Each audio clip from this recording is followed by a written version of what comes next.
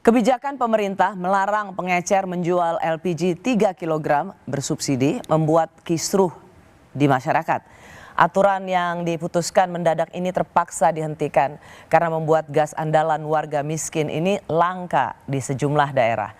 Saya mengundang Direktur Kebijakan Publik dari Center of Economic and Law Studies Selios, Media Wahyudi Askar atau Dr. Media Wahyudi Askar, ya, seorang lulusan dari University of Manchester, Inggris. Media, selamat malam. Selamat malam, Mbak. Terima kasih ada di sini. Saya mau tanya dulu dari semua peristiwa yang terjadi soal LPG 3 kg ini, helikopter view Anda melihatnya apa? Memang LPG 3 kg sudah menjadi masalah sejak lama ya. Cuman memang masalah hari ini itu berbeda. Karena benturan masalahnya akhirnya terjadi di level bawah. Di mana masyarakat level bawah itu berantem satu sama lain untuk mengakses LPG 3 kg ini. Jadi pangkalan juga kacau sekali sekarang. Masyarakat nyerang pangkalan, pangkalan juga sebetulnya mereka nggak punya tabung atau sudah menjual ke tempat lain, akhirnya diserang oleh masyarakat. Artinya atau memang sudah diatur tidak boleh menjual ke pengecer, itu yang katanya mau diatur regulasinya. Betul sekali, artinya terjadi benturan secara horizontal di level bawah antara masyarakat. Ini yang cukup disedihkan ya, karena kita melihat kembali aktual fakta kemiskinan ya, bahwa kemiskinan itu kan merampas kebebasan, penuh ketidakpastian. Makanya ketika orang antri berjam-jam untuk LPG 3 kg sebetulnya sangat logis. Logisnya? Ya, karena bagi masyarakat miskin kalau besok nggak ada lagi LPG 3 kg yang bisa diakses, artinya saya harus masak pakai apa? Beli LPG yang 10 kg itu harganya 200-an ribu. Bagi sebagian orang 200-an ribu itu besar sekali, khususnya untuk masyarakat bawah. Dan ini yang sangat disayangkan ya. Jadi kebijakan yang diputuskan oleh pemerintah pusat dengan tidak hati-hati akhirnya terimplikasi secara masif ke masyarakat level terbawah. Ya, tapi kenapa bisa sampai sekeos ini? Kalau Menteri SDM bilang, Pak Bahlil mengatakan bahwa nggak langka. Artinya stok itu ada. Bahkan di depan anggota DPR, Pak Bahlil bilang masih stok LPG 3 kg bersubsidi ini masih ada untuk 3 bulan ke depan. Artinya sebenarnya isu pokoknya tuh nggak ada. Tetapi pertanyaan kok bisa sekeos ini? Justru pernyataan Pak Bahlil lah yang menyebabkan kelangkaan. Karena Pak Bahlil bilang bahwa pengecer tidak boleh lagi menjual ke masyarakat. Itu pangkal masalahnya, dan ketika itu terjadi, kelangkaan terjadi kan ya. Karena pengecer nggak boleh, masyarakat mengejar pangkalan dan agen. Nah, disinilah masalahnya. Karena kalau kita lihat distribusi LPG itu kan dari depot ke SPBE, terus kemudian agen, pangkalan dan pengecer, yang disikatkan yang di bawah, pengecer. Tapi sebetulnya pangkalan tidak boleh lagi menjual ke pengecer, betul, gitu kan? tapi sebetulnya yang mengendalikan ini itu ada di level agen. Dan kita tahu bahwa nggak semua agen adalah agen yang baik ya. Sebagian agen, Pak Bahlil mention sendiri, sebagian agen itu bermasalah. Mereka melakukan penimbunan, pengoplosan, mereka memainkan distribusi, rantai pasok, sehingga di beberapa kawasan itu terjadi kelangkaan, sehingga harganya juga bisa naik. Dan ketika kondisi ini terjadi, ada kelangkaan, dan kuota juga dibatasi kan ya, maka terjadi chaos, akhirnya ya LPG 3 kg langka gitu. Saya akan masuk ke situ. Tapi tadi Anda mengatakan bahwa soal agen. Ya. Ada agen yang baik, tapi ada juga agen yang memainkan harga. Itulah yang membuat ketika di tingkat konsumen harga LPG bersubsidi justru tinggi, itu yang sebenarnya mau ditertibkan oleh Menteri SDM Bahlil. Ya. Tetapi pertanyaannya, kenapa ecerannya atau pengecernya yang justru ditertibkan? Pak Bahlil pengen mengendalikan siapa yang membeli LPG 3 kg ini. Jadi akan ketahuan agen mana yang bermain. Tapi langkah ini saya kira keliru, karena sebetulnya kalau ingin melihat agen siapa yang bermain itu harusnya dilakukan di level penindakan gitu ya. Dan Karena pengecer ini adalah mereka yang langsung berhubungan dengan rakyat miskin. betul sekali. Jadi jangan pengecer yang kemudian dihajar begitu ya. Dan sebetulnya kalau ingin menindak agen sebetulnya juga gampang gitu ya. Kita tahu bahwa Pak Bahlil saya kira juga punya datanya, agen mana yang mempermainkan harga, agen mana yang melakukan penimbunan, dan inilah yang harus disikat sebetulnya. Oke, saya nanti ke situ lagi sekali lagi. Tapi jadi media ini mengatakan bahwa kalau ingin menertibkan, good, itu adalah policy yang baik, menertibkan supaya LPG 3 kg bersubsidi ini sesuai dengan target untuk rakyat miskin. Tetapi justru yang disikat atau yang ditertibkan itu adalah pengecer. Padahal itu adalah lokasi di mana warga miskin mendapatkan LPG 3 kg bersubsidi. Jadi nggak nyambung gitu kan? Betul sekali. Kita bicara soal pengecer ini kan soal akses ya. Nggak semua masyarakat punya akses menuju pangkalan. Nggak semua masyarakat punya motor beli LPG ke pangkalan. Yang mungkin jumlahnya nggak akan sebanyak pengecer. Jadi masyarakat selama ini memang bergantung kepada pengecer. Jadi ini seperti Pak Bahlil dan Kementerian SDM tidak memahami persoalan realitas di lapangan ya. Bahwa pengecer itu jadi tulang punggung distribusi ke masyarakat miskin begitu. Sama satu lagi, kalau Pak Bahlil bilang bahwa memang ini subsidi cenderung tidak tepat sasaran, memang iya gitu ya. Tapi juga perlu diingat, dari semua subsidi yang diberikan pemerintah, itu nggak banyak yang betul-betul diterima oleh masyarakat. Dan salah satu yang betul-betul dinikmati oleh masyarakat bawah itu LPG 3 kg. Nah ketika ini hilang, atau ini ditertibkan, masyarakat dapat apa lagi? Karena nggak semua masyarakat dapat bansos. Nggak semua masyarakat dapat PKH misalkan. Jadi LPG 3 kg ini jadi satu-satunya, mungkin salah satu dari bansos yang mereka terima dari pemerintah. Jadi ini kemarahan dari masyarakat kecil sebetulnya. Jangan sampai justru yang sedikit ini juga diambil lagi oleh pemerintah atau dikacaukan lagi oleh pemerintah. Ini sama seperti piring sudah di depan mata, kemudian diambil lagi oleh pemerintah. Dan kalau mengikuti data World Bank itu, 40% masyarakat miskin itu membayar lebih banyak kepada pemerintah ketimbang insentif yang mereka terima dalam bentuk pajak dan bantuan sosial.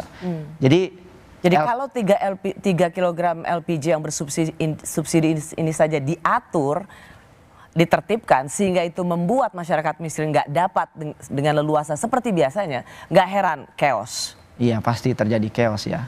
Kalau kita lihat apa yang dikatakan oleh Wakil Ketua DPR, kata Pak Sufmi Dasko mengatakan sebenarnya ini bukan kebijakan dari Presiden untuk kemudian melarang kemarin itu, tapi melihat situasi dan kondisi, maka Presiden turun tangan untuk menginstruksikan agar para pengecer tetap bisa berjalan kembali sambil kemudian pengecer itu dijadikan subpangkalan. Administrasinya segala macamnya bisa sambil berjalan saja.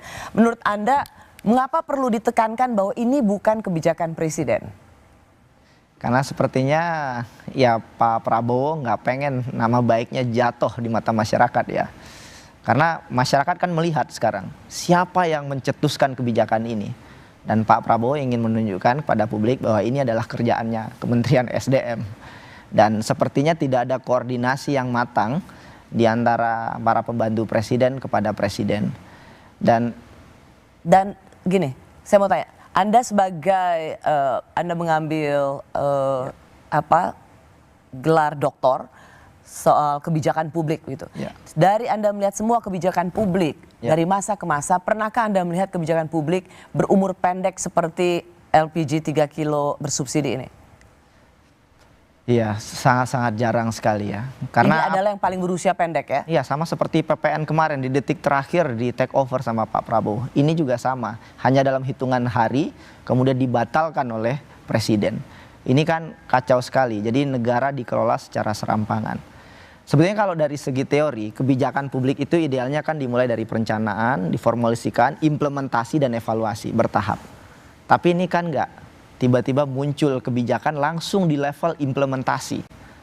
Tanpa proses perencanaan, tanpa proses simulasi, tanpa proses piloting, bahkan tanpa proses sosialisasi kepada masyarakat. Jadi ini seperti negara diurus seperti mengurus perusahaan. Ini kan nggak bisa. Kalau perusahaan diurus, yang rugi keputusan dibuat oleh direksi adalah internal perusahaan. Tapi ketika negara salah urus, salah estimasi, maka yang berdampak adalah 270-an juta masyarakat Indonesia. Ini kan nggak boleh. Kita memilih pemimpin terbaik. Tapi kalau kualitas pemimpinnya tidak yang terbaik, kita kan boleh marah. Masyarakat boleh marah. Masyarakat punya hak hari ini untuk marah kepada pemerintah. Sebuah kebijakan yang sangat menyentuh masyarakat, terutama masyarakat bawah, tapi diambil tanpa simulasi, tanpa perencanaan yang baik, dan tanpa sosialisasi yang baik. Ide Menteri SDM mengatur kembali pendistribusian LPG 3 kg harusnya punya tujuan baik, harusnya, karena untuk penataan ulang, karena LPG 3 kg ini harus ditargetkan untuk masyarakat miskin. Tapi kenapa justru berujung pada kekacauan? Kami kembali saat lagi. Menteri SDM Bahlil Lahadalia menyatakan pendistribusian ulang LPG 3 kg bertujuan agar kebutuhan gas ini untuk masyarakat miskin dan bisa tepat sasaran.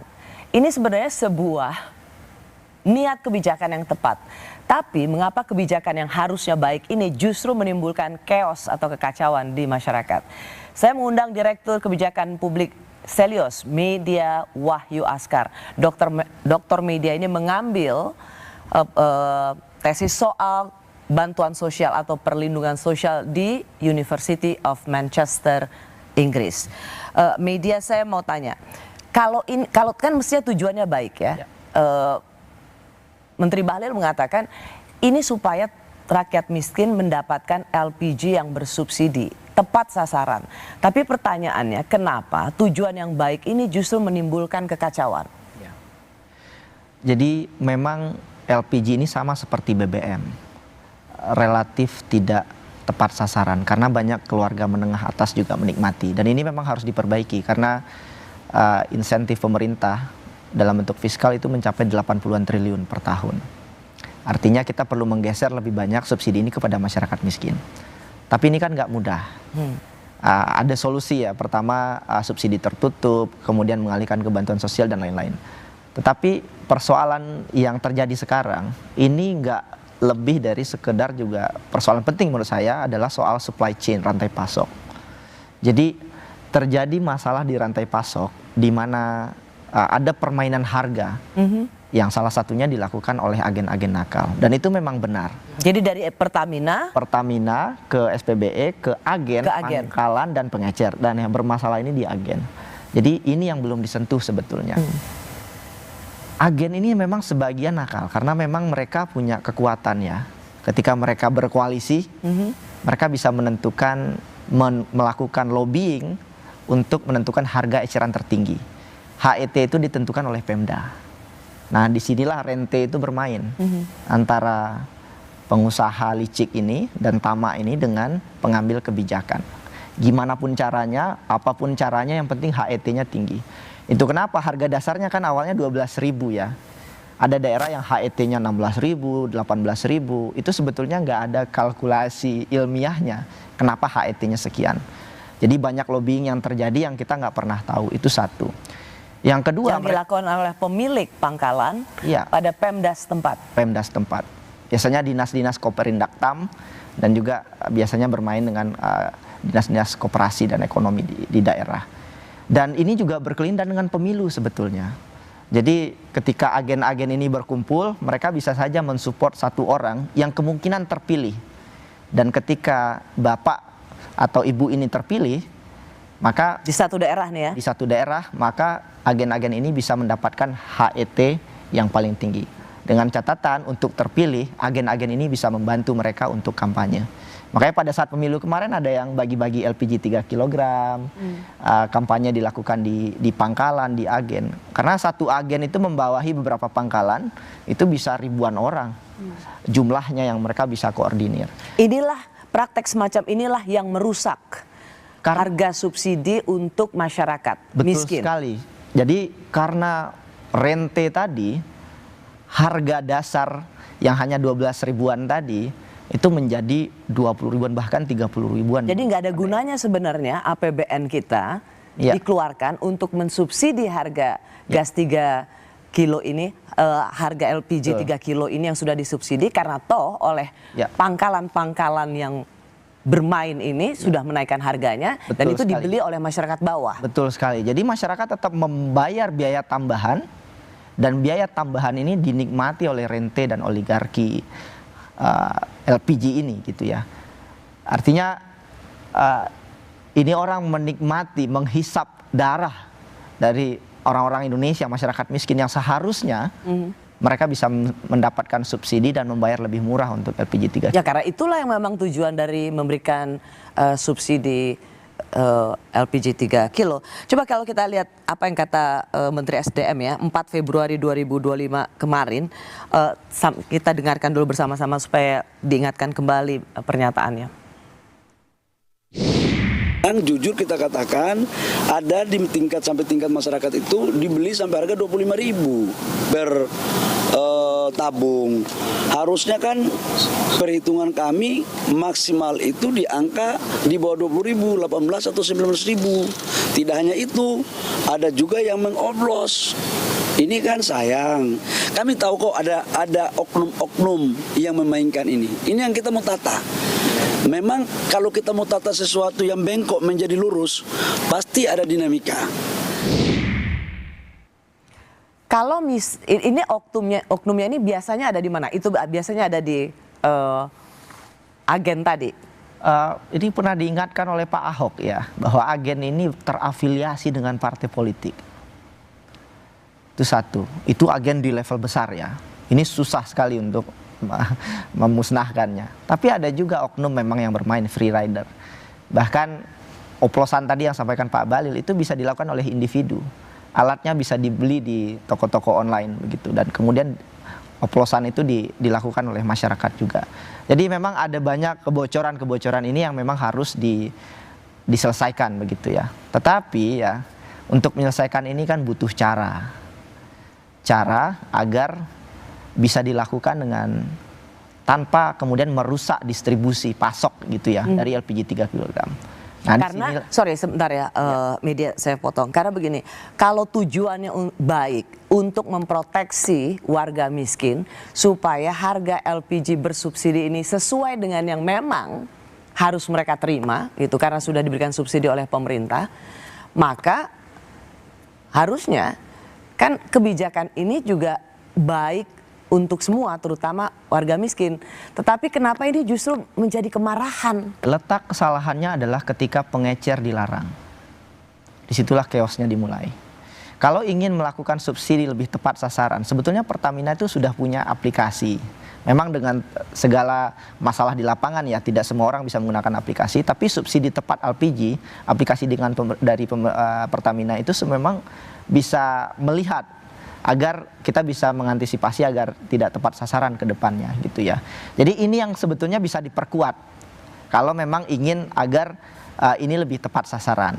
Tapi ketika pengecer, rantai paling bawah yang disikat habis. Ya, mereka yang ketemu sama mereka yang ketemu dengan masyarakat. Nah, disitulah terjadi masalah. Jadi ini ada mitigasi risiko yang gagal yang dilakukan oleh pemerintah. Jadi kan risk manajemennya harus dipikirkan sebelum. Masa sih sampai dampak sebesar ini tidak terkalkulasi sebelumnya, atau memang menganggap oh enggak, yang penting pokoknya stop dulu di pangkalan dan sama sekali tidak pernah menduga bahwa reaksinya luar biasa keras.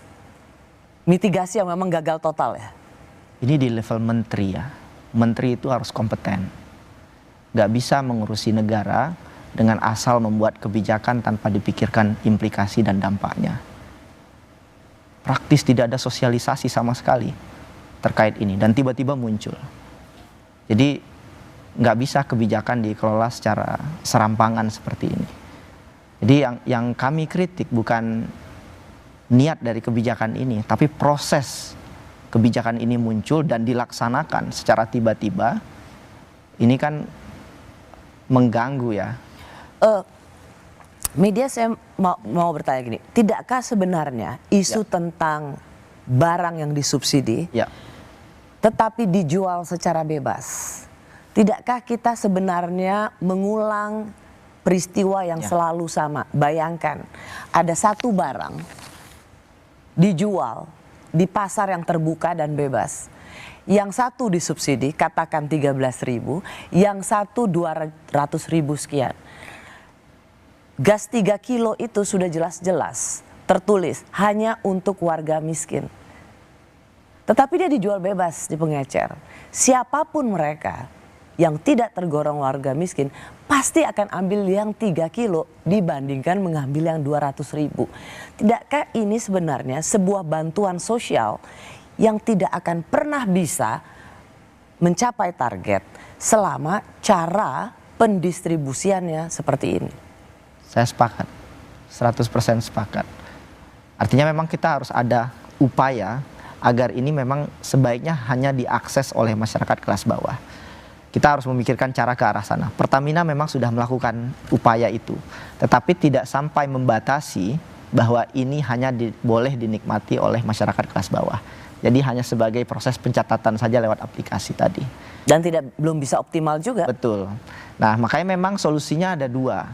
Dan ini harus dilakukan secara hati-hati dan bertahap. Saya mau sampai ke situ. Kenapa saya tanyakan ini? Ya. Karena dulu ada seorang artis, dia mempost Pakai LPG 3 kilo. memasak ya, dan kemudian terpantaulah dia memakai LPG 3 kilo yang kemudian warganet yang kritis bilang, loh kok pakai LPG 3 kilo itu kan untuk warga miskin tuh subsidi. Ini padahal kelas artis yang luar biasa bayarannya. Artinya semua bisa mengakses Betul. LPG 3 kilo itu padahal mereka nggak berhak. Betul sekali. Kalau kita lihat negara lain, ada dua contoh negara yang bisa diadopsi. Pertama Mesir. Mesir itu lewat digitalisasi dan kartu.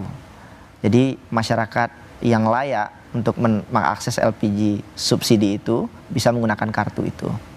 Itu yang dilakukan Mesir. Brazil itu menggantinya dalam bentuk cash. Jadi harga LPG tetap sama, tetapi masyarakat kelas bawah itu mendapatkan subsidi cash setara dengan harga LPG setiap 2 bulan sekali. Di antara kedua opsi ini bisa dicoba. Dan pelan-pelan kita harus ke sana. Tapi proses formulasi, sosialisasi, dan satu lagi penguatan data. Karena sekarang kita nggak punya data kemiskinan yang reliable dan valid. Data kemiskinan P3KE kita itu kacau.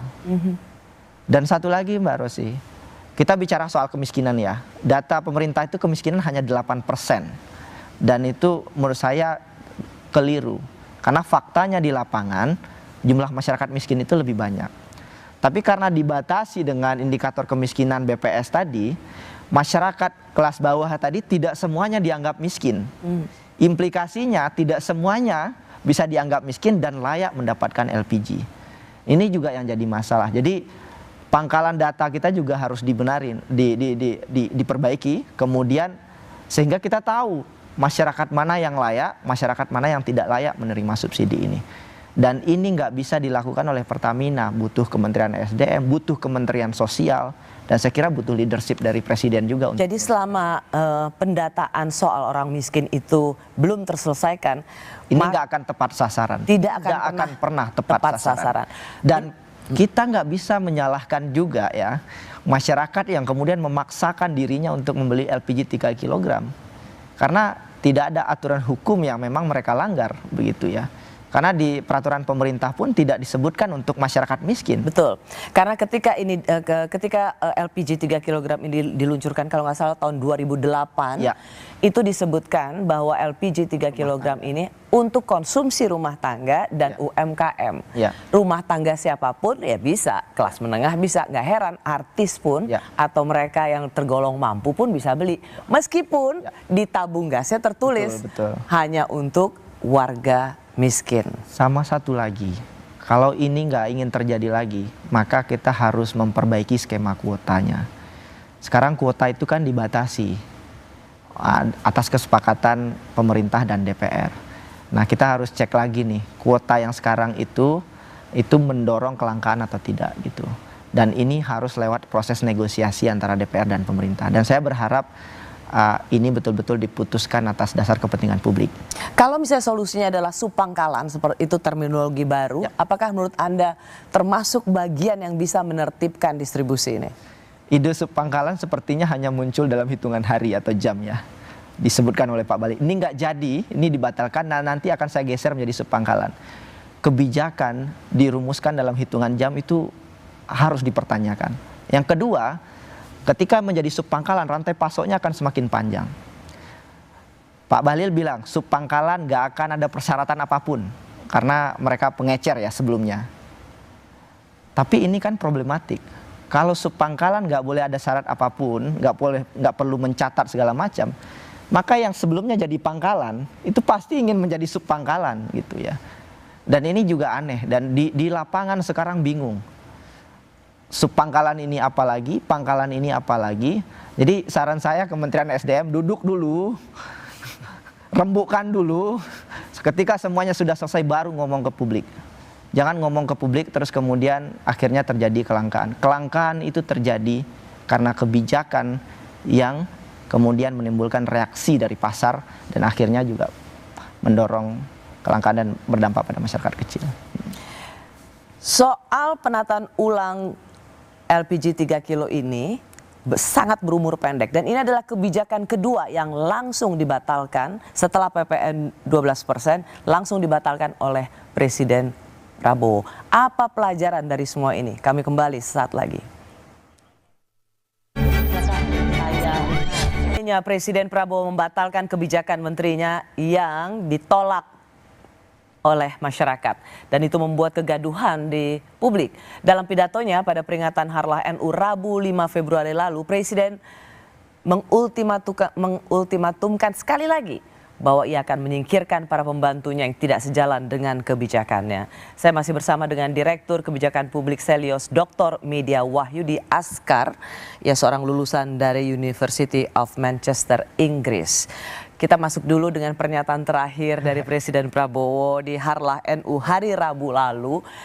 Jelas tadi kita sudah sama-sama dengar 100 hari sudah saya berikan peringatan berkali-kali. Sekarang siapa yang bandel, ndablek, yang tidak mau ikut dengan arus besar perjuangan, yaitu mengutamakan rakyat, saya pasti akan bertindak. Ini kemudian langsung dikaitkan karena timelinenya begitu dekat.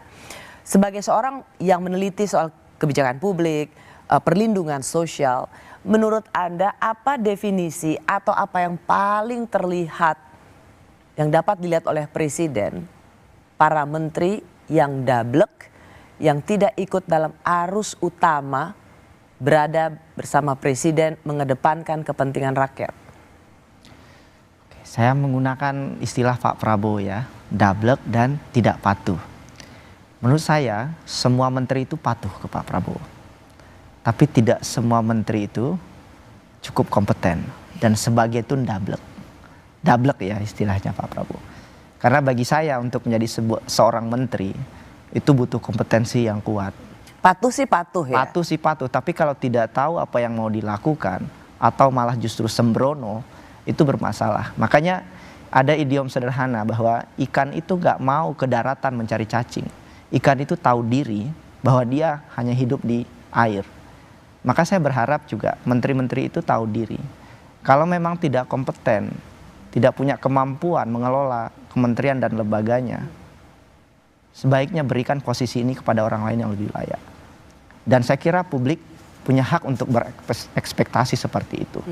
Dan kita saksikan di beberapa kebijakan ya, bahkan bisa berubah dalam hitungan minggu. Awalnya MBG dibiayai oleh APBN, kemudian zakat, kemudian macam-macam. PPN dalam hitungan hari terakhir dibatalkan oleh Pak Prabowo. Dan sekarang LPG 3 kg. Jadi saya kira rakyat boleh meminta ya agar Pak Presiden memilih pembantu yang berkualitas. Dan saya kira pesan itu sudah disampaikan oleh rakyat hari ini. Patuh satu hal. Patuh saya kira semuanya patuh. Pasti patuh. Disuruh retreat semua datang kan ya. Semua bilang kita ikut Pak Prabowo. Tapi patuh, tapi menjalankan kebijakan yang rusak. Ini juga sama buruknya. Gitu. Jadi saya tidak melihat ini persoalan kepatuhan, tapi persoalan kompetensi para pembantu presiden hari ini yang saya kira harus dievaluasi ke depan. Karena kalau dia patuh sih patuh, pasti akan nurut. Tapi ketika dia membuat kebijakan, atau mengeluarkan pernyataan yang menyangkut kebijakan yang justru menyebabkan kesemrautan, ya disitulah sebenarnya titik soalnya. Dan dasarnya itu adalah kompetensi, memahami kebijakan yang harus dia ambil. Sebenarnya ini kalau kita lihat misalnya polanya ya dari soal PPN 12 ini ada 2 kali lah yang sungguh-sungguh menjadi perhatian yang luar biasa. Kalau kita lihat 27 November 2024 itu kan Ketua Dewan Ekonomi Nasional ex-Menko Marves Pak Luhut sudah sempat menyebut pelaksanaan PPN 12% akan ditunda karena pemerintah harus memberikan stimulus terlebih dahulu kepada rakyat yang ekonominya terpuruk. Jadi sebenarnya sudah ada sinyal itu, tapi masih ditunggu last minute, yaitu pada tanggal 31 Desember. Tentu masih mendengar timbang sana, timbang sini. Tapi menurut Anda ini ada sebuah kebijakan yang dipertimbangkan berulang kali, tapi toh dibatalkan juga. Ada kebijakan yang memang sangat dadakan dan kemudian dibatalkan juga. Di mana samanya, tapi di mana bedanya dua kebijakan yang sebenarnya sudah lama diputuskan, tapi kemudian dibatalkan. Ada kebijakan yang memang dadakan diputuskan dan kemudian dibatalkan juga. Ujungnya kan dibatalin semua nih. Iya. Mana samanya, mana bedanya, dan apa pelajarannya? Hal yang sama saya kira adalah dari PPN dan LPG ini kita belajar, dan kami sebagai lembaga penelitian ya, itu tidak pernah melihat studi yang matang soal bagaimana kebijakan ini akan dilakukan pasca diputuskan. Jadi PPN ini itu nggak ada naskah akademiknya kemudian kita bisa baca bahwa ini loh implikasinya terhadap ekonomi.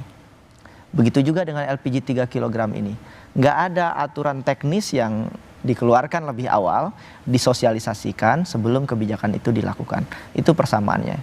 Yang kedua persamaannya, di sini kita melihat di dua kasus ini, semua perwakilan pemerintah berbicara. Dan kita tidak tahu siapa yang sebetulnya mewakili pemerintah.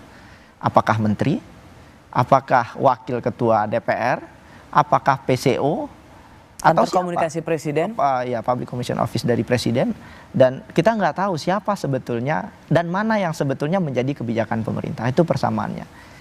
Dan memang salah satu perbedaannya adalah PPN lebih kompleks ya. Karena implikasinya signifikan sekali. Tapi LPG 3 kg ini lebih menimbulkan kemarahan. Pada saat PPN terjadi yang demo hanya mahasiswa. Nggak banyak bahkan. Dan kemudian PPN batal. Karena itu sangat menyerang kelompok menengah. Betul. Tapi hari ini yang berteriak, yang menangis, bahkan ada yang meninggal karena LPG 3 kg antri itu adalah masyarakat bawah. Implikasi secara fisikis terhadap pemerintah, masalah LPG 3 kg ini lebih besar. Itu kenapa Pak Prabowo khawatir. Kemudian di take over sama Pak Prabowo. Pak Prabowo baru memimpin. Pak Prabowo pasti ingin memaintain ya kepercayaan publik. Tapi kalau selamanya serampangan begini, ini bermasalah. Tidak hanya menghilangkan distrust terhadap Pak Prabowo, tetapi saya ingin melihat kacamata lebih besar ya. Maka kalau ini terus terjadi, kemampuan Pak Prabowo, fiskal kita untuk mengurangi kemiskinan itu akan berkurang. Karena kebijakan perlindungan sosial kita tidak dikelola dengan bijak. Ada satu lagi yang juga sudah menjadi wacana, yaitu kebijakan Dirjen Pajak menggantikan sistem pelaporan dan pembayaran pajak dengan platform baru bernama Cortex Januari 2025. Ini memang lagi uji coba dan akan disimulasikan. Mungkin 6 bulan ke depan baru bisa benar-benar diterapkan. Ini juga sudah mulai ada seruan-seruan yang mengatakan tunda dulu. Apakah Anda melihat Cortex ini akan juga jadi kebijakan meskipun sudah ada waktu, ini tentang pajak, meskipun ada waktu untuk memperkenalkan, simulasi, akan bernasib sama seperti PPN 12%? Saya tidak setuju bahwa saat ini uji coba. Ini implementasi. Uji coba itu dilakukan sebelum kebijakan berjalan. Dan itu harusnya sudah dilakukan, memang sudah dilakukan sebelumnya.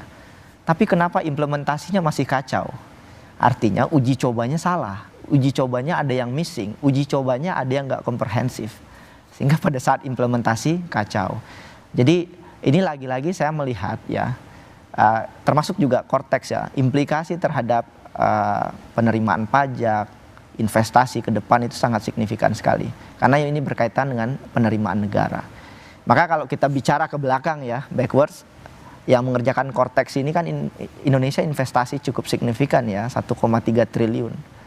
Dan memang yang cukup saya sayangkan adalah yang mengerjakan ini adalah lembaga yang tidak terafiliasi dengan Kementerian Keuangan atau lembaga yang tidak di Indonesia lah, kira-kira begitu. Apa iya tidak ada IT pakar di negeri ini? Apakah tidak ada kampus-kampus di negeri ini yang bisa membuat Cortex ini? Makanya kemarahan saya adalah... Maksudnya vendornya perusahaan dari negara asing kan? Negara asing. Ini sudah dibikin oleh negara lain, kemudian hasilnya juga nggak maksimal. Saya akan jauh lebih menerima kalau Cortex ini dikembangkan oleh masyarakat Indonesia, kemudian ada masalah. That's fine. Ini ada hasil karya kita, kemudian kita perbaiki. Tapi ini dikerjakan oleh lembaga asing. Makanya hari ini saya kira kita harus fair-fair saja ya, menilai bagaimana pemerintah melakukan ini. Dan kritik sudah disampaikan oleh masyarakat dan harus segera dievaluasi. Karena Cortex ini kalau nggak diperbaiki, penerimaan negara, hitungannya triliun ya, itu bisa berpotensi bermasalah. Karena ketika pencatatannya bermasalah, perusahaan-perusahaan kan akan mengalami masalah dalam membayarkan pajak kepada pemerintah. Otomatis pemerintah nggak akan bisa mengoptimalkan perpajakannya. Nah ini yang dikritik oleh ADB, bahwa masalah pajak di Indonesia salah satunya adalah productivity-nya. Kita bahkan di baseline sekarang itu belum bisa memaksimalkan potensi pajak kita. Salah satunya tadi karena administrasi perpajakan kita yang tidak maksimal, proses penarikan pajak yang kendalanya luar biasa ya, bahkan untuk kita mau bayar pajak pun juga nggak mudah sekarang gitu. Ini yang jadi di sini Anda juga ingin mengingatkan hati-hati dengan mengimplementasikan kebijakan pencatatan pajak dengan Cortex. Ya. Jangan kemudian ini juga akan menimbulkan kegaduhan dan penolakan di masyarakat. Apakah ini semua memang kaitannya dengan mau efisiensi untuk fiskal kita yang tidak leluasa, dan itu juga karena ada proyek-proyek yang cukup mercusuar. Kami kembali saat lagi. Kementerian, lembaga dan pemerintah daerah harus menghemat anggaran belanja besar-besaran hingga 306,69 triliun rupiah yang tertuang dalam Inpres nomor 1 tahun 2025. Rincian pos anggaran yang dipangkas sudah ditentukan dalam surat edaran Menteri Keuangan yang disebar ke seluruh kementerian lembaga pada 24 Januari 2025. Saya bersama Dr. Media Wahyudi Askar, ia lulusan dari University of Manchester, Inggris. Media, ada surat cinta dari Menkyu yang pertama di tahun 2025 itu pangkas anggaran. Jadi kalau saya ngomong dengan para menteri, saya cukup bilang gini, 306. Ya. Nah mereka langsung, karena angka 306 buat menteri itu benar-benar trauma. Karena itulah mengingatkan mereka pada pangkasan anggaran di kementerian lembaga. Kita punya LPG 3 kg yang sebenarnya tujuannya baik untuk supaya target ini untuk masyarakat miskin, tetapi itu kan juga kaitannya adalah soal efisiensi, supaya soal anggaran yang bocor, supaya subsidi ini masuk ke rakyat miskin, sesuatu yang baik sebenarnya. Lalu kemudian ada soal Cortex, lalu sebelumnya ada PPN 12. Apakah memang ini semua punya kaitan kaitan satu sama lain karena fiskal kita atau uang kita tidak semewah seperti biasanya, tetapi memang ada proyek mercusuar yang harus dijalankan dan akan dijalankan. Iya, pemerintah awalnya berencana menaikkan PPN, ada potensi pendapatan 75 triliun dan PPN nggak jadi naik. Otomatis gagal, harus mencari jalan lain. Berarti proyeksi pemasukan nggak jadi? Ya, Pak Prabowo bilang kita butuh untuk MBG 400 triliun 1 tahun, carikan anggarannya. Nah, menurut hemat saya pemangkasan anggaran itu oke saja, sangat baik. Karena memang ada beberapa pos yang memang harus dipangkas dan tidak efisien. Tapi yang perlu kita lihat adalah 306 ini mau dialokasikan kemana. Ini yang saya kira kita harus hati-hati. Kalau kita alokasikan semuanya ke MBG, ini sangat-sangat problematik. Karena MBG itu universal coverage untuk semua anak. Jadi kami sudah menghitung ketika universal coverage diserahkan ke semua anak, bahkan anak SMA ya. Di Inggris pun yang terima free lunch itu hanya sampai kelas 2 SD. Di Indonesia plannya kan semua anak. Ketika ke semua anak, maka ada potensi mistargeting, inclusion error. Jadi penerima makan bergizi gratis itu juga anak-anak dari kelas menengah atas. Dan itu jumlahnya ketika kita hitung, itu sekitar 50-an triliun. Jadi ada potensi salah sasaran, subsidi fiskal yang seharusnya diterima oleh masyarakat miskin tapi dinikmati oleh orang kaya. Makanya usulan kami adalah khusus targeted saja mereka yang mengalami malnutrisi, balita, ibu hamil, dan jumlahnya itu hanya 117-an triliun. Sisanya kita bisa alokasikan ke yang lain yang lebih bermanfaat. Subsidi KRL, penambahan PKH, subsidi rumah, termasuk juga mungkin program-program pelindungan sosialnya lainnya yang jauh lebih bermanfaat. jadi Anda merasa khawatir juga dengan penghematan 306 triliun. Sebenarnya ini mendapat tepuk tangan dari publik karena hemat deh tuh menteri-menteri yang jumlahnya luar biasa banyak, kementerian yang jumlahnya banyak. Tetapi Anda juga cukup mengkhawatirkan penghematan 306 triliun itu bisa memiliki resiko. Karena kalau itu semua hanya untuk makan bergizi gratis, kementerian tidak menjalankan produktivitasnya, maka punya akibat juga dalam pertumbuhan ekonomi. Betul sekali, karena pasti terjadi shifting. Sebagian layanan publik, anggarannya dipangkas, kemudian digeser, katakanlah ke MBG. Artinya akan ada layanan publik yang mungkin tidak akan optimal, khususnya di daerah. Dana transfer ke daerah dipangkas 50-an triliun. Pasti implikasinya juga sangat memberatkan pemerintah daerah. Karena ada banyak infrastruktur yang harus dikelola juga oleh pemerintah daerah. Jadi ini harus dipertimbangkan hati-hati. Makanya menurut hemat saya, kalau memang ada space fiskal, itu berikan untuk sektor strategis yang betul-betul dirasakan langsung oleh masyarakat.